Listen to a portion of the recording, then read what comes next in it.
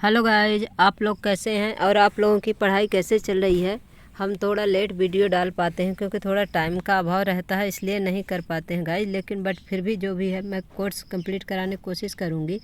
अम्ल क्षारक एवं लवण, ये इस क्लास 10th और सेकंड यूनिट है। इसके आज आंसर क्वेश्चन आप लोगों को करा रहे हैं। जैसे आपका जो पेज नंबर 20 में है क्वेश्चन दिया हुआ, आपको 3 परख नलियाँ दी गई हैं। उनमें से एक में आश्रित जल एवं शेष 2 में से एक में अम्लीय विलयन तथा दूसरे में क्षारीय विलयन है। यदि आपको केवल लाल लिटमस पत्र दिया जाता है तो आप प्रत्येक परख नली में रखे गए पदार्थों की पहचान कैसे करेंगे। यानी कि अपने को ये देखना है कि कौन सा अम्ल है, कौन सा क्षार है, कौन सा आश्रित जल है और इनमें जो है आपका जो लिटमस पत्र है उसमें क्या प्रभाव पड़ता है। किसमें जो है तो लाल से नीला होता है और किसमें नीला से लाल होता है और किसमें जो है तो कोई भी प्रक्रिया नहीं होती है। जैसे आपका जल है उदासीन है तो उसमें कोई भी प्रोसेस नहीं होगा, क्योंकि जो अम्लीय होगा तो वो तो जो है तो अम्ल जो है तो अनिल यानी कि नीला से लाल कर देगा, और क्षार जो है तो आपका क्षार जो है तो क्या करता है, लाल से नीला करता है। लेकिन जो उदासीन होता है वो किसी को कुछ नहीं कर, न्यूट्रल रहेगा, जैसा है वैसा ही रहेगा। तो सबसे पहले दिए गए लाल लिटमस पत्र को बारी बारी से तीनों परख नलियों में डालते हैं। हम पाते हैं कि किसी एक परख नली में यह लिटमस पत्र नीला हो गया।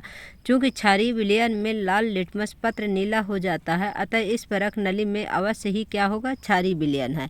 अब शेष 2 परख नलियों में इस नीले लिटमस पत्र को डालते हैं और इसमें 2 स्थितियाँ हो सकती हैं।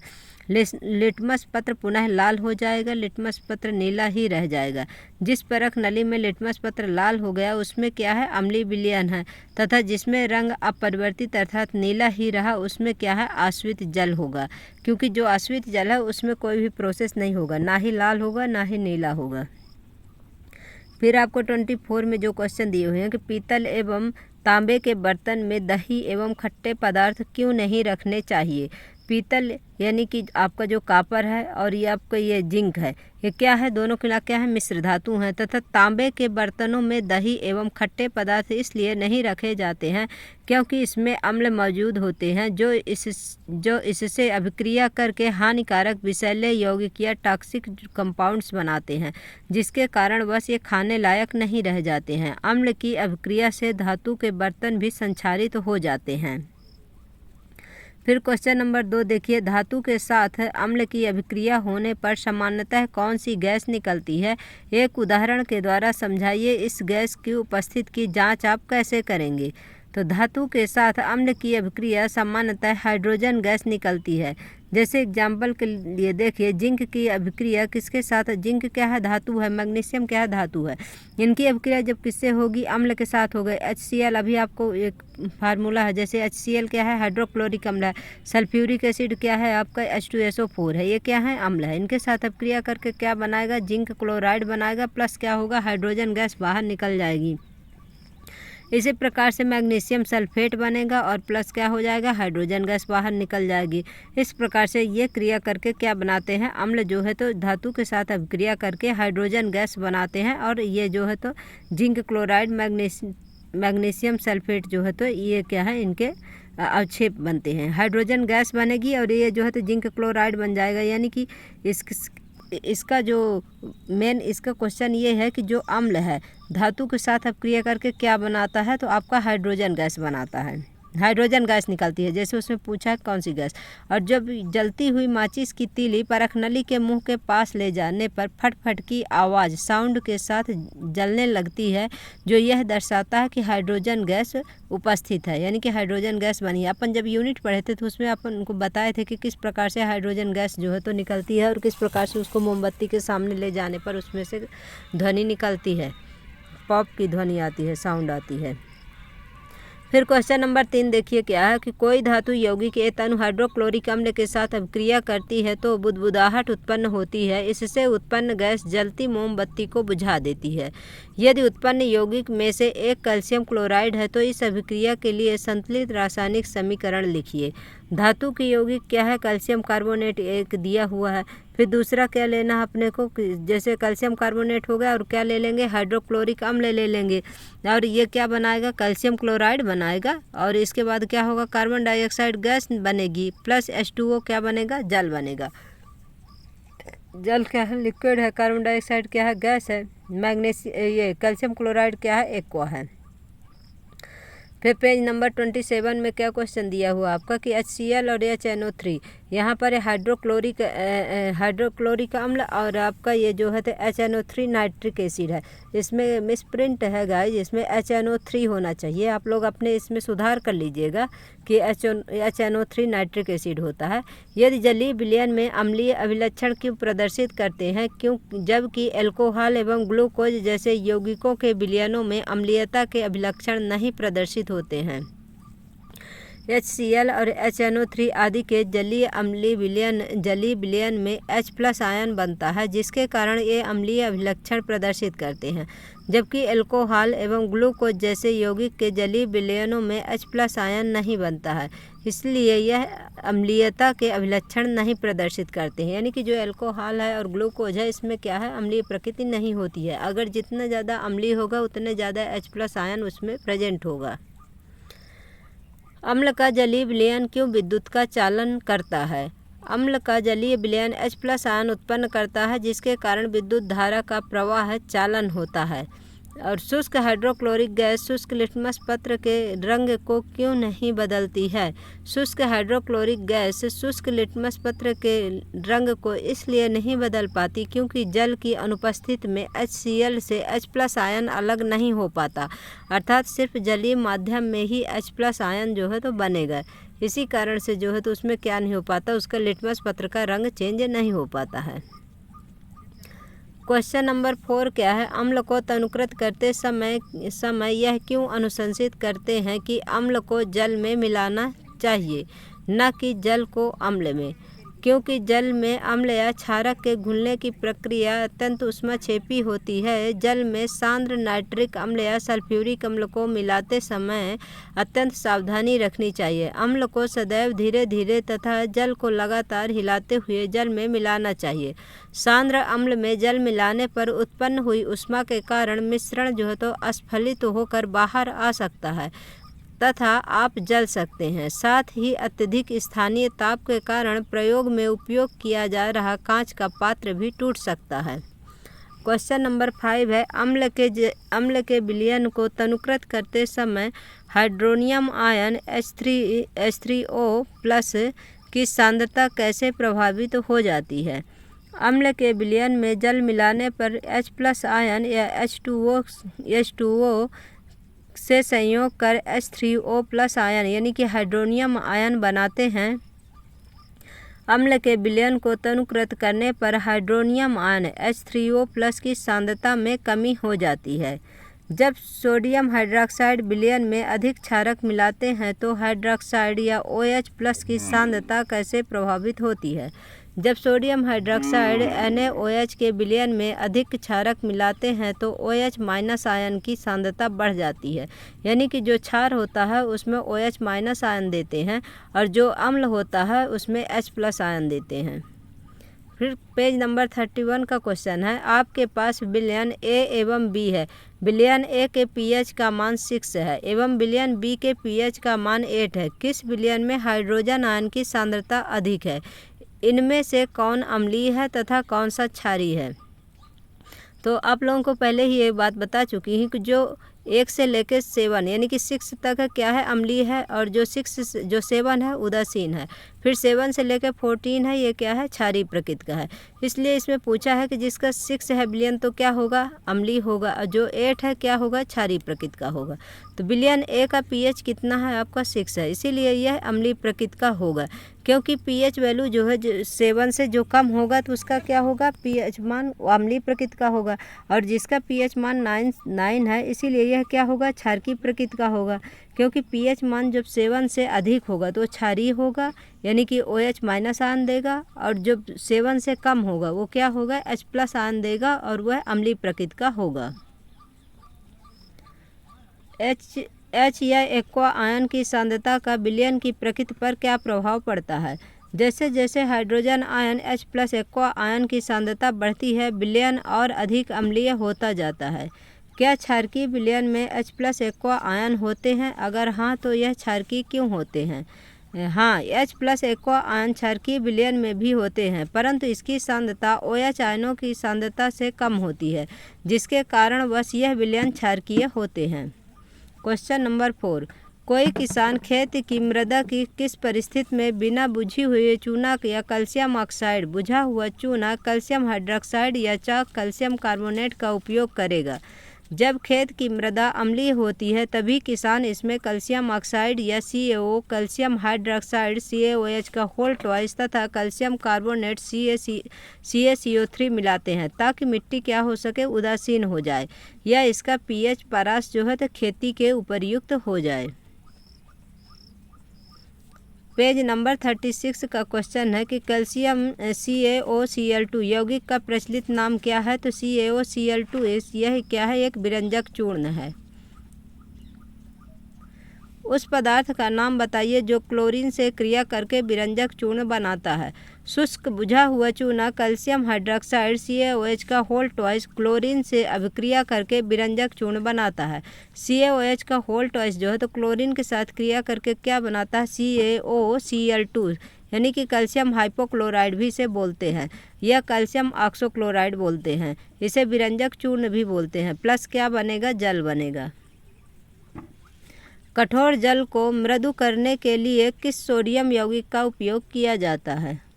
सोडियम कार्बोनेट को उपयोग किया जाता है। इसका फार्मूला होता है Na2CO3 होता है। इसे धोने का सोडा भी कहा जाता है। सोडियम हाइड्रोजन कार्बोनेट के विलयन को गर्म करने पर क्या होगा? इस अभिक्रिया के लिए समीकरण लिखिए। जब सोडियम हाइड्रोजन कार्बोनेट के विलयन को गर्म किया जाता है तो यह अपघटित होकर सोडियम कार्बोनेट जल एवं कार्बन डाइऑक्साइड गैस का निर्माण करता है। इस अभिक्रिया इस प्रकार से लिखेंगे। देखिए NaHCO3 सोडियम कार्बोनेट जो है तो उसे क्या करेंगे? हीट करेंगे, उष्मा देंगे तो क्या बन जाएगा? सोडियम के कार्बोनेट बनेंगे, Na2CO3 बनेगा, प्लस क्या बनेगा? जल बनेगा, H2O, प्लस क्या बनेगा? कार्बन डाइऑक्साइड गैस बनेगी। प्लास्टर ऑफ पेरिस की जल के साथ अभिक्रिया के लिए समीकरण लिखिए कि यानी प्लास्टर ऑफ पेरिस जो है तो जल के साथ अभिक्रिया करके क्या बनाता है? तो देखिए CaSO4 यानी कि कैल्शियम सल्फेट डॉट 1/2 H2O जो है तो 1/2 H2O जो है इसके क्या जल के साथ अभिक्रिया करके क्या बना देगा? जिप्सम बना देगा। कैल्शियम सल्फेट डॉट 2 H2O बना देगा। कोई भी विलयन लाल लिटमस को नीला कर देता है। इसका pH संभवतः क्या होगा? तो इसका pH जो है तो 10 होगा, क्योंकि जब क्षारीय प्रकृति का जो क्षार होगा वो क्या करता है? लाल को नीला कर देता है। अम्ल क्या करता है? नीले को लाल कर देता है। इसलिए जिसका pH मान कितना है? 10 है, वो क्या होगा? आपका क्षारीय विलयन होगा और लाल लिटमस पत्र को नीला कर देगा। कोई विलयन अंडे के पिसे हुए कवच से अभिक्रिया कर एक गैस उत्पन्न करता है जो चूने के पानी को दूधिया कर देती है। इस विलयन में क्या होगा? तो HCl होगा, क्योंकि अंडे के कवच में कैल्शियम कार्बोनेट होता है जो कि HCl अम्ल से अभिक्रिया करके कार्बन डाइऑक्साइड गैस बनाता है और कार्बन डाइऑक्साइड गैस क्या करता है? चूने के पानी को दूधिया कर देती है। सोडियम हाइड्रोक्साइड का 10 ml विलयन HCl के 8 ml विलयन से पूर्णतः उदासीन हो जाता है। यदि हम NaOH के उसी विलयन का 20 ml मिलीलीटर ले लें तो इसे उदासीन करने के लिए HCl के उसी विलयन की कितनी मात्रा की आवश्यकता होगी? तो जिस प्रकार 10 ml जो है तो आपके विलयन को HCl 8 ml लगता है, उसी प्रकार जो है तो 20 ml विलयन को उदासीन करने के लिए 8 दूनी 16 यानी कि 16 ml मिलीलीटर लगेगा इसको। अपच का उपचार करने के लिए निम्न में से किस औषधि का उपयोग करेंगे? जब एसिडिटी बढ़ जाती है तो क्या करते हैं? उसके लिए क्षारीय प्रकृति का कुछ लेंगे। इसके लिए क्या है? एंटासिड जो है तो उपयोग करते हैं। निम्न अभिक्रिया के पहले शब्द समीकरण लिखिए तथा उसके बाद संतुलित समीकरण लिखिए। यानी कि इसका जैसे तनु सल्फ्यूरिक अम्ल है, जिंक है, इनके सबका आप लोगों को फार्मूला आना चाहिए। जैसे सल्फ्यूरिक अम्ल है H2SO4 है, हाइड्रोक्लोरिक अम्ल है HCl है, जिंक Zn है, मैग्नीशियम Mg है, एल्यूमिनियम Al है, सल्फ्यूरिक अम्ल H2SO4 है, हाइड्रोक्लोरिक अम्ल आपका HCl है, ये लौह जो है तो Fe है, आयरन है, ये इन सबको फार्मूला बनना चाहिए, तभी आप लोग इसको जो है तो लिख सकते हैं और इसका जो है तो संतुलित कर सकते हैं। तो देखिए दानेदार या जिंक जो है तो इसको तन सल्फ्यूरिक अम्ल में डालेंगे तो क्या होगा, इसके बाद क्या बनाएगा, जिंक सल्फेट बनाएगा, प्लस क्या होगा, हाइड्रोजन गैस बनेगी। इसको पहले भी अपन यूनिट में पढ़े हैं कि जो धातुएं जो हैं ये आपका अम्ल के साथ अभिक्रिया करके क्या बनाती हैं, हाइड्रोजन गैस बनाती हैं।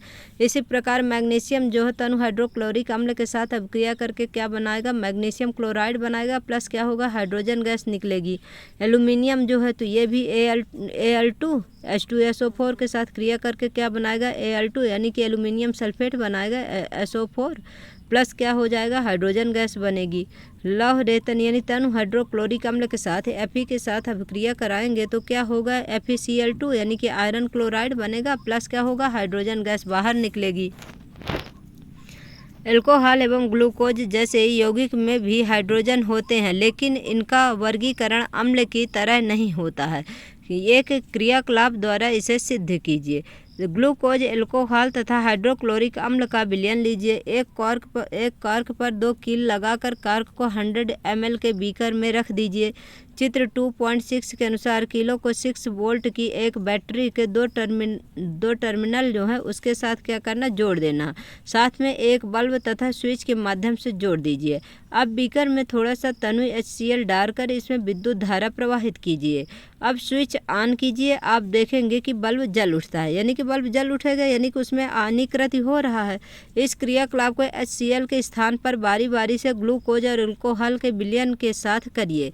आप पाएंगे कि एल्कोहल और ग्लूकोज की उपस्थिति में बल्ब नहीं जलता है, क्योंकि विलयनों में H+ आयन नहीं बनता है। निष्कर्ष, ग्लूकोज और एल्कोहल में H+ आयन नहीं उत्पन्न करते। किसी भी विलयन में विद्युत धारा का प्रवाह किसके द्वारा होता है, आयनों के द्वारा होता है। H+ आयन या कि माइनस आयन कुछ न कुछ तो उसमें होना चाहिए, तभी जो है तो विद्युत धारा क्या होगी, प्रवाहित होगी। इसीलिए इन्हें जो है तो अम्ल नहीं कहा जाता है। जो आपका एल्कोहल और ग्लूकोज है इसमें जो है तो आयन नहीं पाया जाता है। इस प्रकार से ये डायग्राम दिया हुआ है। और फिर इसके बाद क्वेश्चन नंबर 7 देखिए क्या है, आश्रित जल विद्युत का चालक क्यों नहीं होता जबकि वर्षा का जल होता है। आश्रित जल शुद्ध होते हैं जिसमें आयन नहीं बनता है तथा विद्युत चालन करता है। विद्युत का चालन आयनों के द्वारा होता है।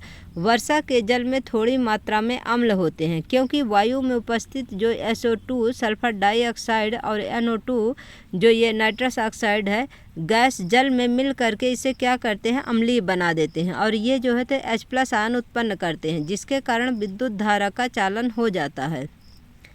जल की अनुपस्थिति में अम्ल का व्यवहार अम्लीय क्यों नहीं होता है, क्योंकि जल की अनुपस्थिति में अम्लों से H+ आयन पृथक नहीं हो पाते, इसीलिए अम्ल का व्यवहार अम्लीय नहीं होता।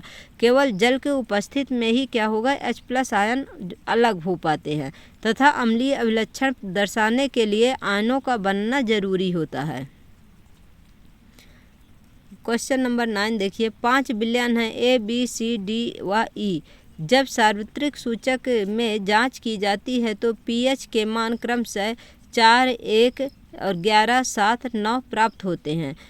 कौन सा विलयन जो है तो इसमें उदासीन है, कौन सा प्रबल क्षारीय है, कौन सा प्रबल अम्लीय है, कौन सा दुर्बल अम्लीय है, कौन सा दुर्बल क्षारीय है।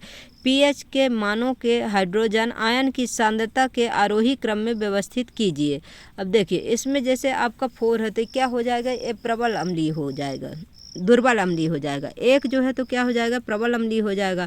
आपका जो 11 जो है तो प्रबल क्षारीय हो जाएगा। 7 जो है उदासीन हो जाएगा। 9 है जो तो क्या हो जाएगा, दुर्बल क्षारीय हो जाएगा। इस प्रकार से इनको क्या करना, आरोही क्रम में दर्शाना है, आरोही क्रम में व्यवस्थित करना है इसके pH मान के अनुसार। तो देखिए जो 4 है तो क्या है, दुर्बल अम्लीय है।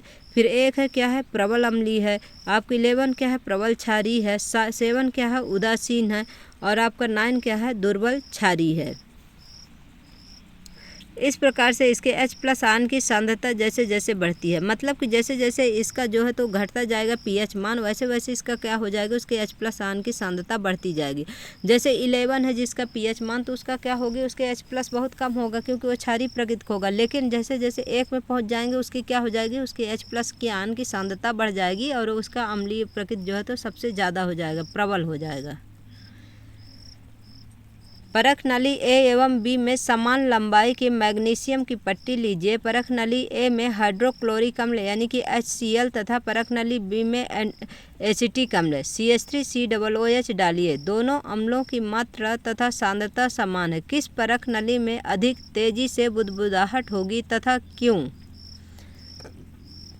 परख नली ए में बुदबुदाहट अधिक तेजी से होती है क्योंकि HCl क्या है, एक प्रबल अम्ल है जो पूर्णतः वियोजित होकर H+ और Cl- आयन अधिक मात्रा में बनाते हैं, जबकि CH3COOH क्या है, एक दुर्बल अम्ल है जो कम मात्रा में H+ आयन बनाते हैं। क्योंकि यह कम विघटित होता है इसीलिए कम आयन बनाते हैं। HCl जो है तो प्रबल अम्ल है और ज़्यादा मात्रा में विघटित होगा और ज़्यादा H+ आयन बनाएगा। ताज़े दूध के pH का मान 6 होता है। दही बन जाने पर इसके pH के मान में क्या परिवर्तन होगा? तो pH का मान इसका क्या हो जाएगा, थोड़ा सा कम हो जाएगा। तो दूध से दही बनने की प्रक्रिया में लैक्टिक अम्ल का निर्माण होता है जिसके कारण इसका pH 6 से कम हो जाएगा। एक ग्वाला ताज़े दूध में थोड़ा बेकिंग सोडा मिलाता है, तो इसका रीज़न क्या है? ताज़ा दूध के pH का मान 6 से बदलकर थोड़ा क्षारीय क्यों बना देता है? इस दूध को दही बनने में अधिक समय क्यों लगता है? ताज़ा दूध के pH मान को 6 से बदलकर थोड़ा क्षारीय इसलिए किया जाता है क्योंकि क्षारीय दूध अधिक समय तक खराब नहीं होता है। इस दूध को दही बनने में अधिक समय इसलिए लगता है क्योंकि इस प्रक्रिया में बना लैक्टिक अम्ल पहले क्षारक को उदासीन करता है, फिर अम्लीय होता है, जिसके कारण जो है तो दही बनता है। प्लास्टर ऑफ पेरिस को आर्द्ररोधी बर्तन में क्यों रखा जाना चाहिए? इसकी व्याख्या कीजिए। प्लास्टर ऑफ पेरिस को आर्द्ररोधी या मॉइस्चर प्रूफ बर्तनों में इसलिए रखा जाना चाहिए क्योंकि यह आर्द्रता की उपस्थिति में जल को अवशोषित कर ठोस पदार्थ जिप्सम बनाती है, जिसके कारण इसमें जल के साथ मिलकर जमने का गुण क्या होता है, नष्ट हो जाता है।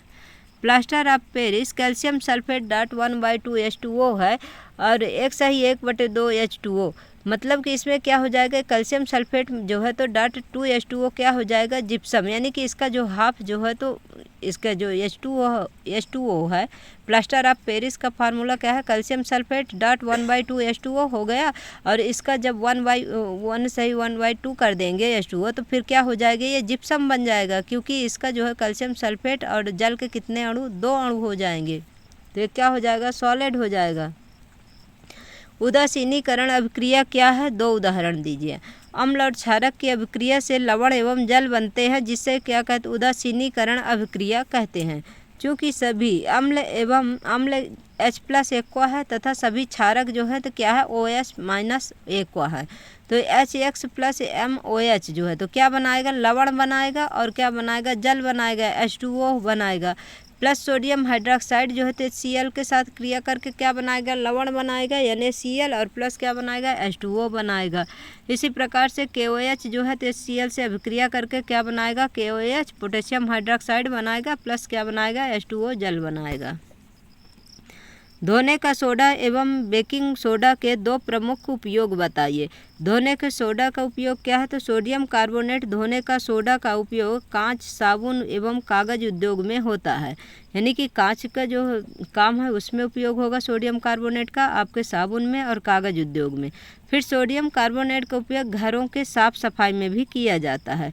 बेकिंग सोडा जो है आपका, तो आपका NaHCO3 सोडियम हाइड्रोजन कार्बोनेट जो है और सोडियम कार्बोनेट जो है तो Na2CO3 होता है और धोने का सोडा जो है तो Na2CO3.10 H2O होता है, इसका फार्मूला। बेकिंग पाउडर बनाने में जो बेकिंग सोडा होता है उसमें क्या किया जाता है, टार्टरिक अम्ल का मिश्रण मिलाते हैं जिससे क्या बनता है, बेकिंग सोडा बनता है। बेकिंग पाउडर में जो है तो टार्टरिक अम्ल का मिश्रण मिलाते हैं। इसका उपयोग किस लिए होता है, सोडा अम्ल और अग्निशामक में उपयोग किया जाता है। गाइज आप लोगों को क्लास कैसी लगी, आप लोग हमारे क्लास को लाइक करिए, शेयर करिए, कमेंट करिए, सब्सक्राइब करिए और अपने दोस्तों में शेयर करिए। Thank you so much guys.